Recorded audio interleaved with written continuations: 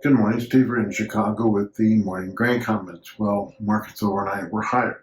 Beans up 6 cents in the Jan at 11.23. Corn up 2 at 4.29, and the Dees at 4.44 in the March. March Chicago wheat up 6 at 5.46, while KC is also up 6 at 5.38. Outside markets are all higher. You've got stocks higher, crude higher, gold is up 90, and the only thing that's lower is the dollar. And I think that markets may be responding to the fact that looks like there's some breakthrough in negotiations to try to end the shutdown of the U.S. government. This coming after some Democrat senators shifted gear and went over to the Republican side on promises of extending health care subsidies. Um, we also have legal battles going back and forth about whether the government can stop SNAP payments or not. So these are all things that is kind of coming into the market this morning. In the grains, the focus is going to be on Friday's USDA report. We finally get updates on crop production, new U.S. and world supply and demand numbers. In the beans, the lower crops should be offset by lower exports. We still haven't seen any China buying of large quantities of U.S. beans.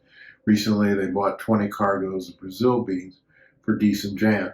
They did mention that they would consider buying if the price was cheaper and the quality was higher. But right now, Brazil beans are cheaper than U.S. beans. In the corn market, we seem to be a follower. We're stuck in a mostly sideways trading market. Markets are higher than what some people think should be, given the fact that they feel that lower demand will offset by any lower crop number.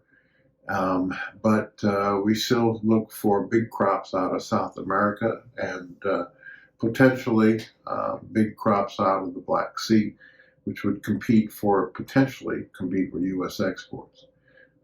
So some people feel that we need to bring corn prices down to stimulate more demand, not only on the ethanol side and the export side, but also the feed side. In the wheat market, it continues to be a follower. USDA is expected to raise Russia, Argentina, Australia, and Canada crops on Friday's report, which will increase world stocks and offer resistance to wheat prices.